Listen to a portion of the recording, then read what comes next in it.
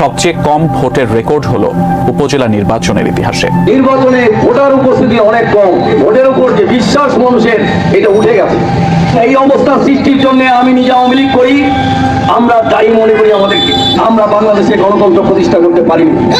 শক্তিশালী কেউ হয়ে যান নাই, এই রাষ্ট্রে অবিচার জুলুম নির্যাতন করবেন, এরপরে মাথা উঁচু করে দাঁড়িয়ে বলবেন অমুক এমপি সাহেব আপনাদের পেয়েছে আপনার বাড়ি বাগেরহাট গোপালগঞ্জ, আপনি প্রধানমন্ত্রী আপনার কুকুর, এইসব বলে কিন্তু পার পাওয়া যাবে না। আমরা কিন্তু কঠোরভাবে আইনি ব্যবস্থা নিব। এবারের উপজেলা নির্বাচনে বাংলাদেশের ইতিহাসে সবচেয়ে কম ভোট পড়েছে বলে মন্তব্য করেছেন নির্বাচন কমিশনার। সম্মানিত দর্শক, মার্কিন যুক্তরাষ্ট্রের একজন সহকারী পররাষ্ট্রমন্ত্রী, সম্ভবত উপসহকারী পররাষ্ট্রমন্ত্রী, দক্ষিণ পূর্ব এশিয়া বিষয়ক মিস্টার ডোনাল্ড লু বাংলাদেশ সফর করে গেলেন অতি সম্প্রতি। এই নামটি বাংলাদেশে বেশ আলোচিত গত এক বছর। আসসালামু আলাইকুম রাহমাতুল্লাহি ওয়া বারাকাতুহু। দর্শক মণ্ডলী, আপনাদের মাঝে চলে এলাম নতুন একটি আপডেট নিউজ নিয়ে। দর্শক মণ্ডলী, আপনাদের দেখাতে চলেছি খুবই গুরুত্বপূর্ণ ভিডিও। আপনারা ভিডিওটি না টেনে সম্পূর্ণ ভিডিওটি ধৈর্য সহকারে দেখবেন। দর্শক মণ্ডলী, আপনাদের দেখাবো বাংলাদেশে বর্তমানে চলছে উপনির্বাচন, উপজেলা নির্বাচন। এই নির্বাচন ধাপে ধাপে হচ্ছে।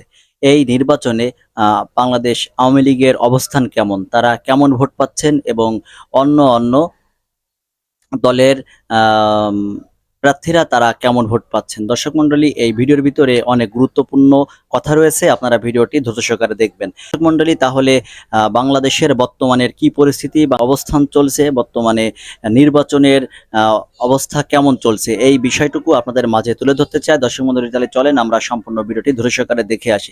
তার আগে আপনাদের কাছে অনুরোধ করতে চাই, আপনারা যারা আমাদের চ্যানেলে নতুন, এখনো পর্যন্ত আমাদের চ্যানেলটি সাবস্ক্রাইব করেননি, তারা অবশ্যই আমাদের চ্যানেলটি সাবস্ক্রাইব করবেন এবং পাশে থাকা বেল আইকনটি অন করে দিবেন। দর্শক মণ্ডলী, আপনাদের আরো একটি অনুরোধ করতে চাই, আপনারা যদি আমাদের সাপোর্ট করেন এবং আমাদের পাশে থাকেন, তাহলে আমাদের ভিডিও বানাতে অনেক আগ্রহ লাগে এবং অনেক ভালো লাগে।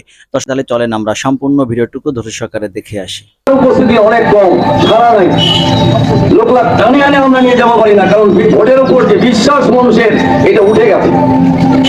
ভোটের প্রতি বিশ্বাস নাই, কারণ ভোট হচ্ছে কিন্তু ভোট কেন্দ্র সারাদিনও 2-4টা লোক দাঁড়াচ্ছে, ভোট দিওয়া যাচ্ছে।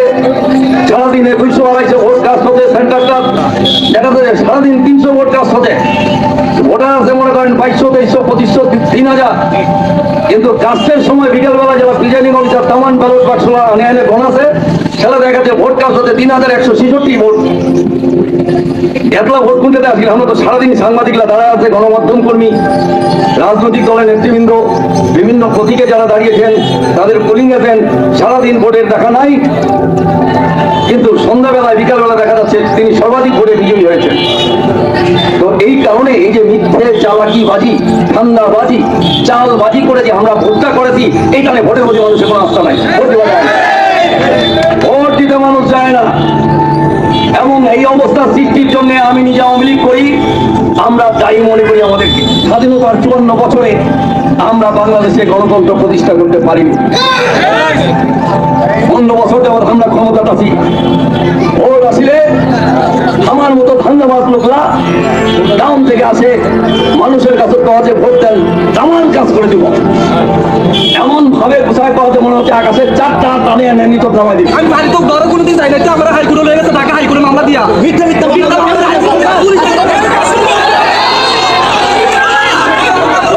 রাস্তার সময় আমার থেকে 1 লাখ টাকা চাঁদা চাইছে, আমি না দেওয়া তাহলে 200 টাকা আমি টাকা না দেওয়া 1 লাখ টাকা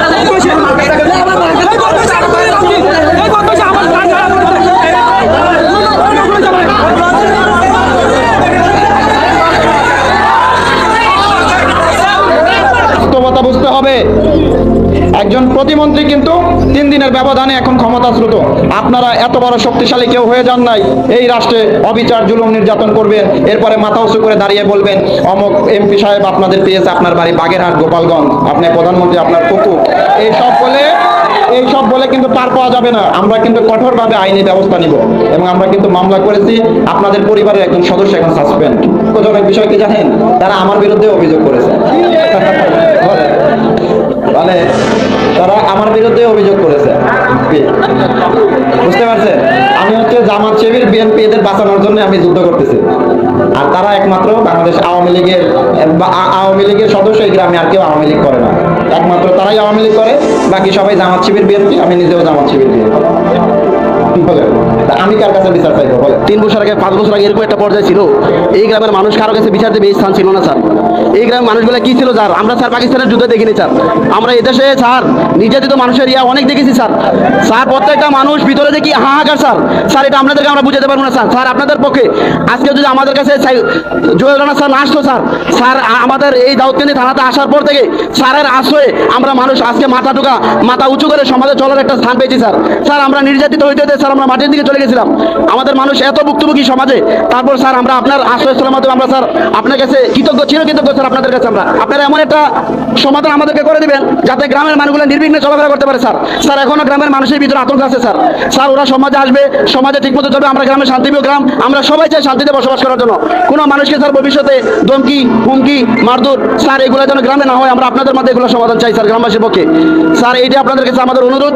সূরা আল ইমরানে আয়াত 26 আল্লাহ তাআলা বলতেছেন যে তোমরা বলো, বা আল্লাহ তাআলাই হচ্ছে সকল ক্ষমতার উৎস, তিনি সকল সাম্রাজ্যের মালিক, তিনি যাকে ইচ্ছা সাম্রাজ্য দান করেন, যার থেকে ইচ্ছা সাম্রাজ্য কেড়ে নেন, যাকে ইচ্ছা সম্মানিত করেন, যাকে ইচ্ছা অপমানিত করেন। 2 দিন আগে সারা বাংলাদেশে আলোচিত একটা বিষয় দেখলেন না?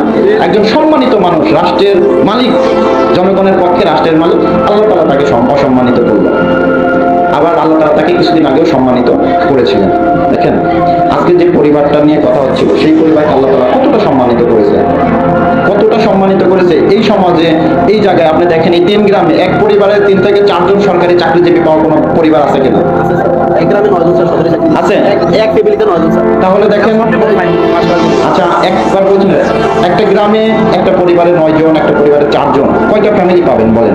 ধরেন একটা আছে, 10টা দেখাইতে পারবেন? 5টা দেখাইতে পারবেন? হয় না। আল্লাহ তাআলা তাহলে এই ফ্যামিলিগুলোকে সম্মানিত করেছে না? করেছে কিনা বলেন? একটা ফ্যামিলিতে 4 জন যখন সরকারি চাকরিজীবী থাকে, তাহলে আল্লাহ তাআলা ওই ফ্যামিলির প্রতি আশীর্বাদ দিয়েছেন, তারা সম্মানিত হয়েছে। সম্মান ধরে রাখার দায়িত্ব কার? সম্মান ধরে রাখার দায়িত্ব নিজে। আমরা কি আমাদের এই ফ্যামিলিকে সম্মান ধরে রাখতে পারছে? পারে না। আজকে মানুষের কাছে তারা ঘৃণার বস্তুতে রূপান্তরিত হয়েছে, মানুষ তাদের ভালো চোখে দেখে না। আজকে একটা পরিবারের বিরুদ্ধে এখানে হাজার হাজার মানুষের উপস্থিতি, একটাই দাবি নিয়ে, তাদের থেকে মুক্তি চাই, তাদের এই অন্যায় অপশাসন দুঃশাসন থেকে বাঁচতে চাই। এই সমাজে এসে এটা কি সম্ভব? কিন্তু এটা সম্ভব হয়েছে, এটা আমাদের জন্য দুঃখের বিষয়। সম্মানিত দর্শক, মার্কিন যুক্তরাষ্ট্রের একজন সহকারী পররাষ্ট্রমন্ত্রী, সম্ভবত উপসহকারী পররাষ্ট্রমন্ত্রী, দক্ষিণ পূর্ব এশিয়া বিষয়ক মিস্টার ডোনাল্ড লু বাংলাদেশ সফর করে গেলেন অতি সম্প্রতি। এই নামটি বাংলাদেশে বেশ আলোচিত গত 1 বছর ধরে। নির্বাচনের আগে ডোনাল্ড লুকে নিয়ে অনেক নাটক হয়েছে, অনেক সিনেমা হয়েছে, অনেক ড্রামা, যেটিকে বলা হয় ড্রামার যে সাসপেন্স, থ্রিল, অ্যাডভেঞ্চার, সব কিছু হয়েছে। ডোনাল্ড লু আমেরিকার সেই পেন্টাগনের সমস্ত ক্ষমতা দিয়ে বাংলাদেশের আওয়ামী লীগকে ক্ষমতাচ্যুত করবে, বিএনপিকে ক্ষমতাতে বসাবে, সরকার পরিবর্তন করবে। এরপরে যেভাবে পাকিস্তানি মিলিটারিকে ব্যবহার করে ইমরান খানকে ক্ষমতাচ্যুত করা হয়েছে, এভাবে আমাদের এখানে বিরাট একটা বিপ্লব তিনি ঘটিয়ে ফেলবেন। এরকম তার যে পক্ষে এবং বিপক্ষে বহু আলোচনা হয়েছে। ফলে 7ই জানুয়ারি 2024 এই দিনটি পর্যন্ত মিস্টার ডোনাল্ড লু ছিলেন বাংলাদেশের রাজনীতিতে সবচেয়ে আকর্ষণীয় পুরুষ, সবচেয়ে প্রভাবশালী বৈদেশিক।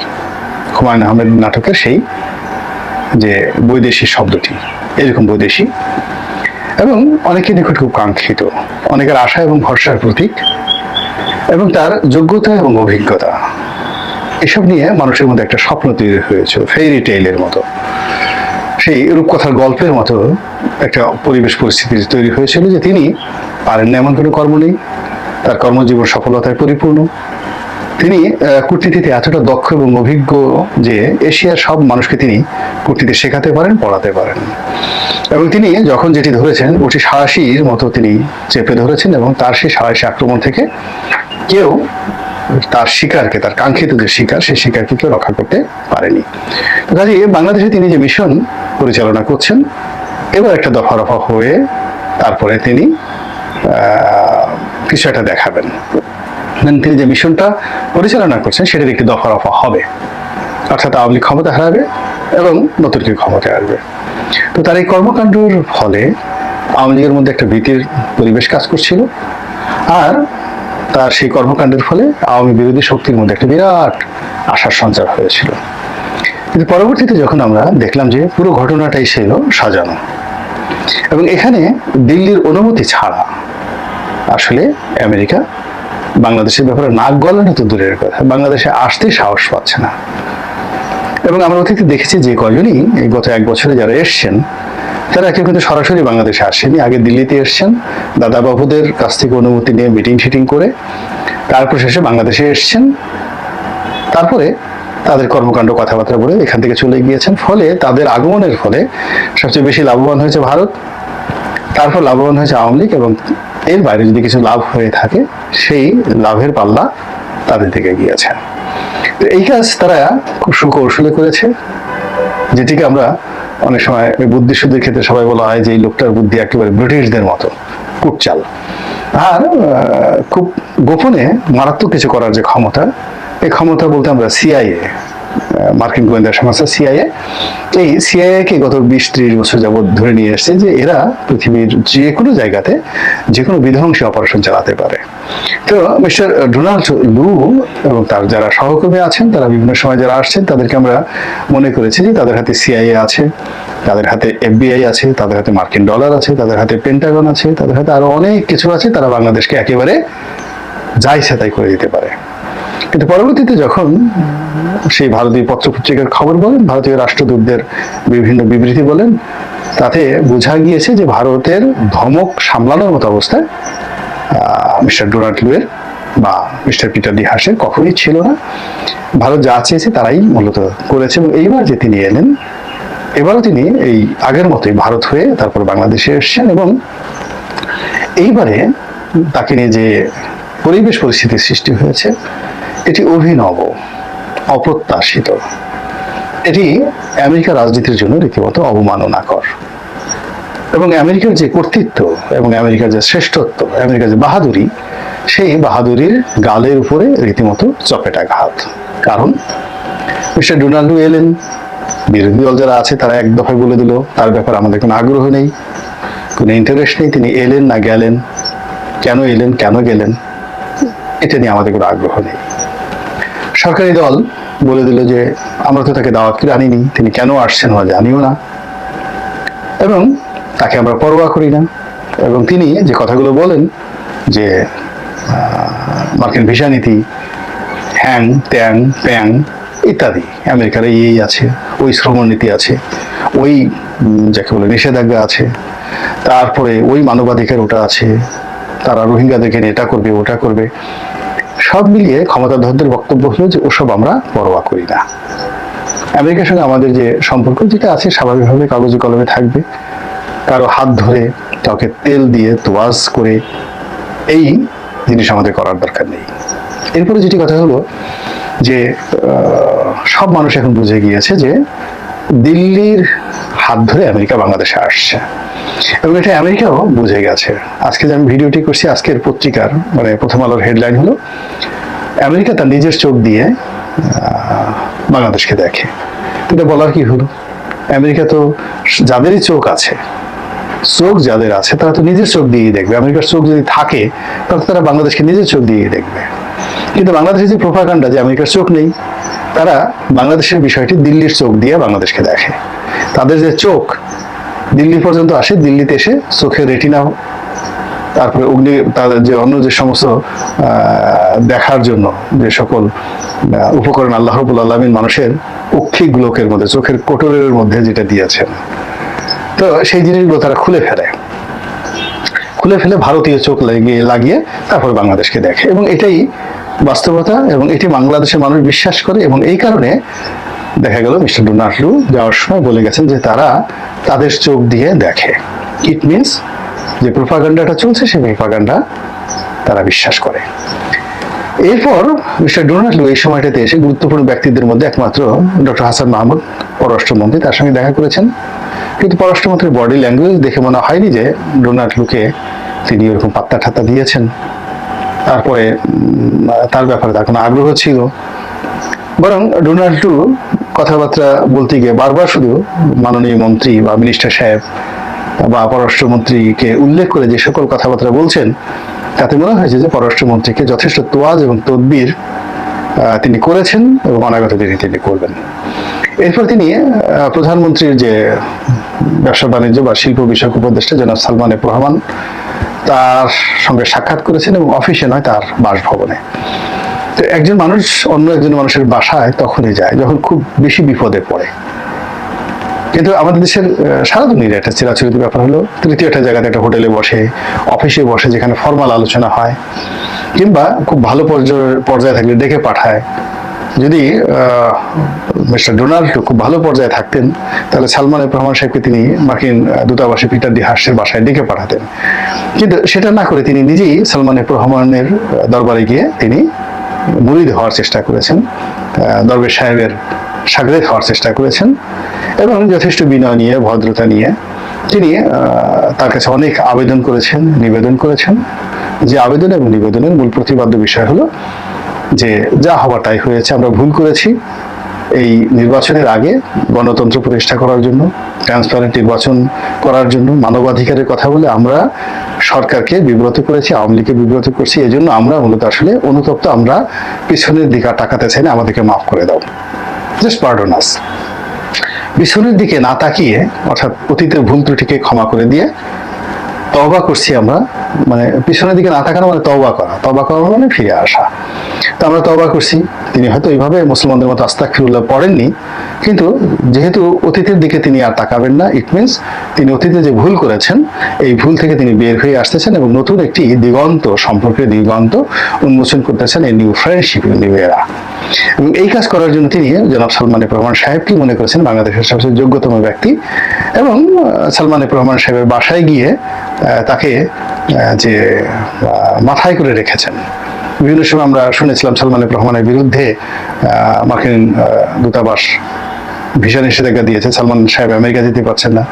এখন সেখানে ডোনাল্ড সালমান সাহেবের বাসায় গিয়েই উল্টো তাকে তদবির করছে। তো বোঝার চেষ্টা করেন যে ডোনাল্ড কতখানি সফল হয়েছেন, কতখানি ব্যর্থ হয়েছেন এবং কতখানি উপরে উঠেছেন, কতখানি নিচে নেমেছেন।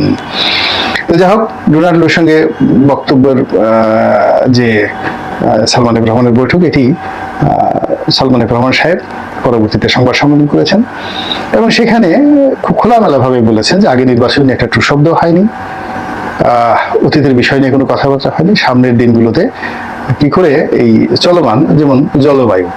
তো এখন জলবায়ু নিয়ে আমেরিকার সাথে আমাদের কি আলোচনা করা যাচ্ছে? আমাদের জলবায়ু আমরা দেখবো, আমরা তো দেখছি, বরং আমরা বাংলাদেশের জলবায়ু আমেরিকার কারণে আমরা ক্ষতিগ্রস্ত হচ্ছি, পশ্চিমাদের দ্বারা ক্ষতিগ্রস্ত হচ্ছি, তাদের কারণে আমাদের এত সর্বনাশ হচ্ছে। They need to pay us, আমাদেরকে টাকা পয়সা দিচ্ছে না। আমরা বরং পৃথিবীর যে কোনো দেশের চাইতে এই পরিবেশ রক্ষায় গুরুত্বপূর্ণ ভূমিকা পালন করছি, আমেরিকার চেয়ে ভালো করছি। তাই আমেরিকার সঙ্গে এখানে আলাপ করার কি আছে? আমেরিকা এখন আমাদের এই জলবায়ুতে আমরা যে জলবায়ু ফান্ড রয়েছে সেখানে টাকা পাই, তাদের কাছে অনেক টাকা পাই, সে টাকা তারা এখন পে করবে আমাদেরকে। এরপরে রোহিঙ্গাদের নিয়ে তাদের কি আলোচনা করা আছে তাদের সঙ্গে? আমেরিকার কথা, মানে যেখানে বাংলাদেশের আওয়ামী লীগের শুনে না, সেখানে আওয়ামী লীগের 1000 গুণ ক্ষমতা সম্পন্ন, যাদের সঙ্গে চীনের একেবারে কৌশলগত সম্পর্ক, মায়ানমারের সামরিক জান্তা। আমেরিকা যাকে পুতুল বানিয়েছিল তাকে একেবারে রীতিমতো ধরে জেলখানার ভেতরে ভরে আচ্ছা মতো চাপ দিচ্ছে সেই সূচিকে। তো আমেরিকা সেখানে একটা ঘোড়ার ডিমও ফাটাতে পারছে না, কিছুই করতে পারছে না। তো সেই আমেরিকা রোহিঙ্গাদের ব্যাপারে কি করবে? কয়টা ডলার দেবে, কয়টা সহযোগিতা করবে? এটা না পেলে বাংলাদেশে কি হয়? আমরা কি ভিক্ষা করে চলি? তো এই যে আলাপ আলোচনাগুলো হয়েছে, অল আর বোগ আসবো।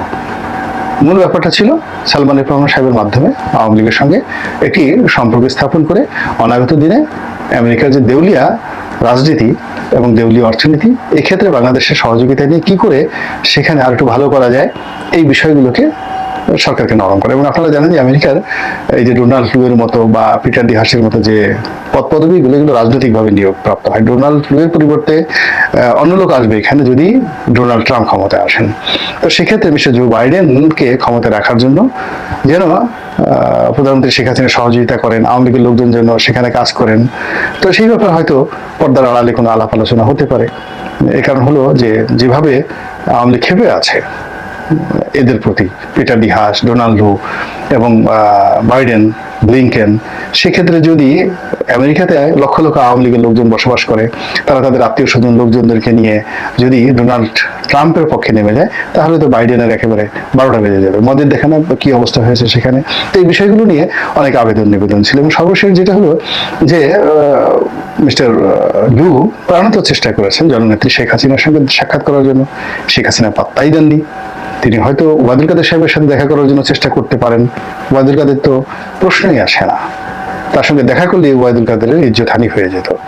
আর প্রধানমন্ত্রী অনুমতি দেননি ধারে কাছে। প্রধানমন্ত্রী এর আগে 4-5 বছর দায়িত্ব পালন করে গেছে ড্যান ডাব্লিউ মজিরা, তাকেই ঢুকতে দেয়নি, সরকার অফিসে ঢুকতে দেয়নি, যেখানে হিলারি ক্লিন্টনের মতো পররাষ্ট্রমন্ত্রী, বিশ্ব গ্লোবাল পররাষ্ট্রমন্ত্রী, সেই তার টেলিফোন শেখ হাসিনা ধরেননি, তিনি বঙ্গবন্ধু কন্যা। তো সেখানকার মিস্টার লু বা মিস্টার ফু, মিস্টার টু, তো মিস্টার ঝু, তারা এসে একেবারে বাংলাদেশের প্রধানমন্ত্রী শেখ হাসিনার সঙ্গে দেখা করবেন আর গণভবনে গিয়ে পায়ের উপর পা তুলে আমাদের টাকার চিপস খাবেন, এটা বঙ্গবন্ধুর কন্যা এটা অ্যালাউ করতে পারেন না।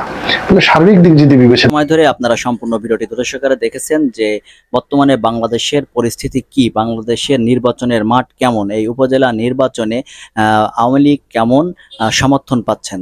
দর্শক মন্ডলী, আপনারা সম্পূর্ণ ভিডিওটুকু দেখার পর বিস্তারিতভাবে বুঝতে পেরেছেন। দর্শক, তাহলে আজকের মতন ভিডিও এখানে শেষ করছি। সকালে ভালো থাকবেন, সুস্থ থাকবেন। আপনাদের সঙ্গে আবারও দেখা হবে নতুন কোনো আপডেট নিউজ নিয়ে।